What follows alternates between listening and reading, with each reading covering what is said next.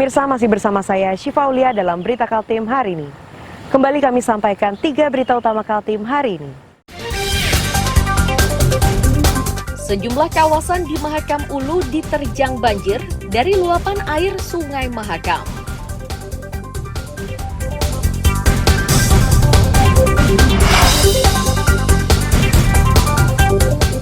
Sebuah rumah warga di Trisari, Samarinda rusak akibat tanah bergerak.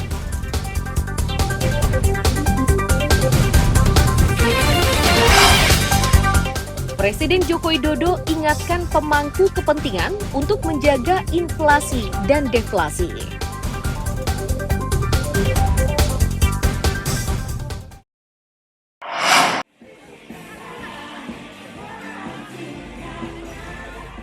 Naik turunnya harga kebutuhan pokok di pasar menjadi salah satu penyebab inflasi dan deflasi. Hal tersebut diungkapkan oleh Presiden Joko Widodo saat berada di ibu kota Nusantara, Sepaku Penajam Pasir Utara. Presiden menyatakan, baik deflasi maupun inflasi harus dikendalikan guna menjaga stabilitas nasional. Disebutkan bahwa deflasi dipengaruhi berbagai persoalan, mulai dari penurunan daya beli dan menurunnya harga jual sebuah produk. Agar harga jual dan kemampuan daya beli seimbang, maka antara produksi dan distribusi harus disesuaikan dengan kebutuhan. Pertama, coba dicek betul. Deflasi itu karena penurunan harga-harga barang, karena pasokannya baik, karena distribusinya baik, karena transportasi nggak ada hambatan, atau karena memang ada daya beli yang berkurang. Tetapi apapun yang namanya deflasi maupun inflasi itu dua-duanya memang harus dikendalikan. Sehingga harga stabil, tidak merugikan produsen, bisa petani, bisa nelayan, bisa UMKM, bisa pabrikan, tapi juga dari sisi konsumen, supaya harga juga tidak naik.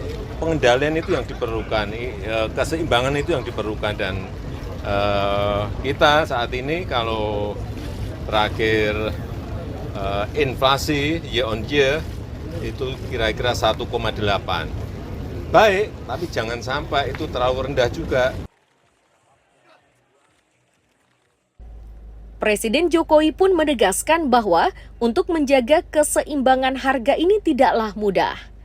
Ia memperingatkan agar semua pihak harus bekerja keras untuk menjaga keseimbangan harga, agar beban masyarakat tidak berat dan produsen termasuk petani tidak merugi. Amir Hamzah dan Riani Mantini melaporkan dari Balikpapan.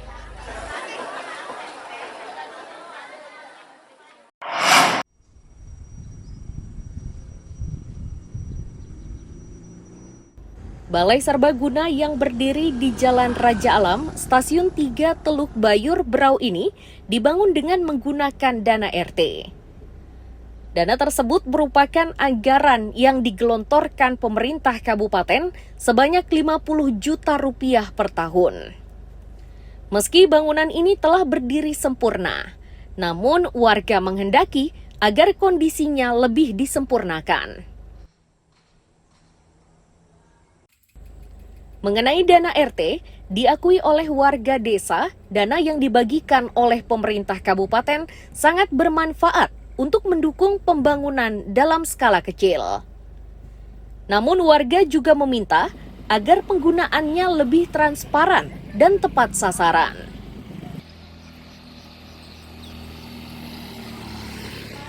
Sebagai mewakili warga, Pak, sangat bermanfaat sekali bagi warga. Karena kebetulan dana RT, dengan adanya dana RT kami bisa membangun Balai Serbaguna yang ada di Jalan Raja Alam itu, yang arah ke kantor camat sebelah kanan. Itu semua murni pakai dana RT, Pak. 4 kali turun, 4 tahun, 4 kalender lah itu. Kita punya gang-gang semua sudah ada gapura, Sebetulnya bermanfaat untuk masyarakat Jawa kalau untuk pembangunan, tapi maksud saya itu yang terarah, jangan untuk jalanan, kebanyakan kan untuk jalan. Kalau untuk bangunan gini kan kita gunakan sama-sama, itulah bermanfaat selama ini.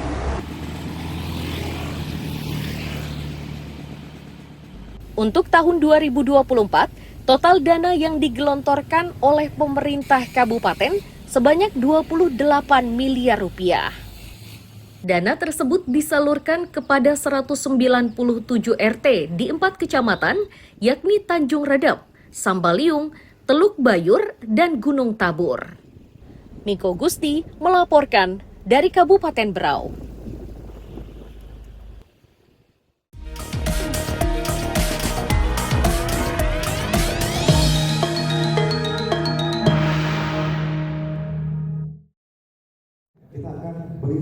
Kita akan menyaksikan bersama Puluhan ketua RT dan tim pemenangan pasangan calon gubernur dan wakil gubernur sekecamatan Balikpapan Timur Rabu siang diberikan sosialisasi terkait strategi menyukseskan Pilkada Serentak 2024.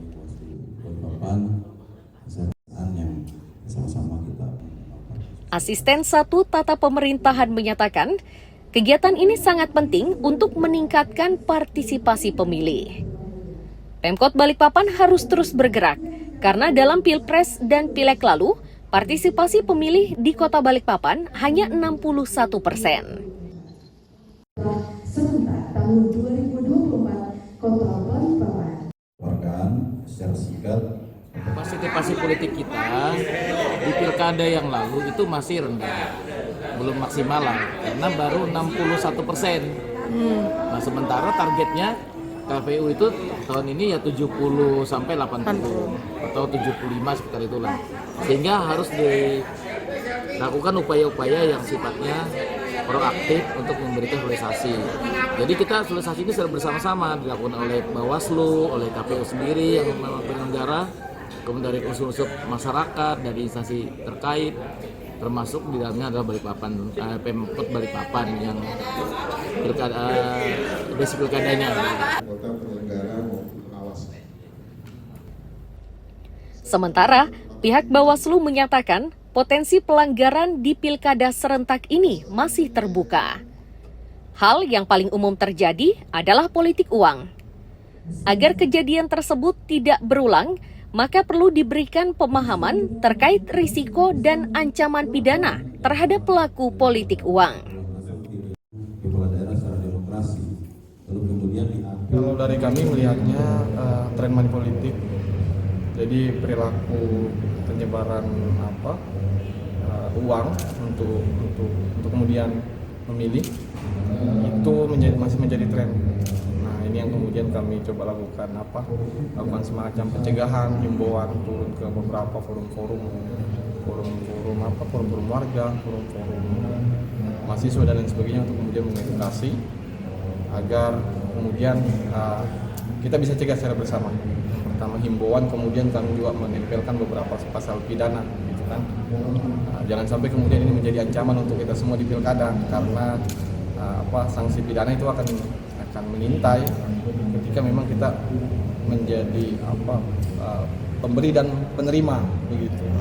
Parameter sukses dalam pemilu itu adalah bagaimana tingkat partisipasi. Suasana sosialisasi kali ini lebih ramai karena panitia memberikan waktu untuk tanya jawab. Amir Hamzah dan Riani Mantini melaporkan dari Balikpapan. Presiden berjuang loh, nyawa taruhannya demi untuk menyukseskan pemilihan. Begitu ini dia merasa agak enak.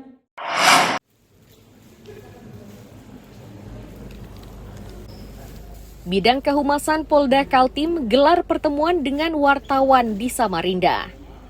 Kegiatan tersebut digelar di Aula Wira Pratama Polresta Samarinda Rabu siang. Tujuan dari pertemuan dan diskusi tersebut yakni untuk membangun sinergi kepolisian dan media jelang pelaksanaan Pilkada Serentak 2024. Kabid Humas Polda Kaltim meminta awak media harus bersikap netral dan mampu menyajikan informasi yang menyejukkan. Ini dimaksudkan agar situasi Kaltim tetap aman sebelum dan sesudah pelaksanaan pilkada. Cuma yang jadi masalah ini kan untuk media yang hampir di Samarinda. Harapannya adalah bahwa dalam hal pemberitaan bisa mengangkat hal-hal yang adem, yang mendinginkan, memberikan pemahaman kepada masyarakat Kaltim untuk mengikuti pilkada ini dengan damai. Tentu akan ada yang akan terpilih, ada yang tidak terpilih. Tapi itu adalah mereka adalah orang-orang terbaik yang akan memimpin provinsi, akan memimpin kabupaten kota.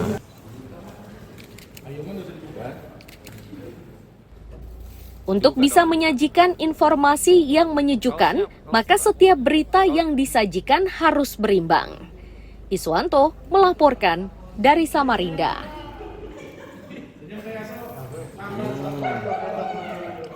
Komunitas kalau bisa saja Pak.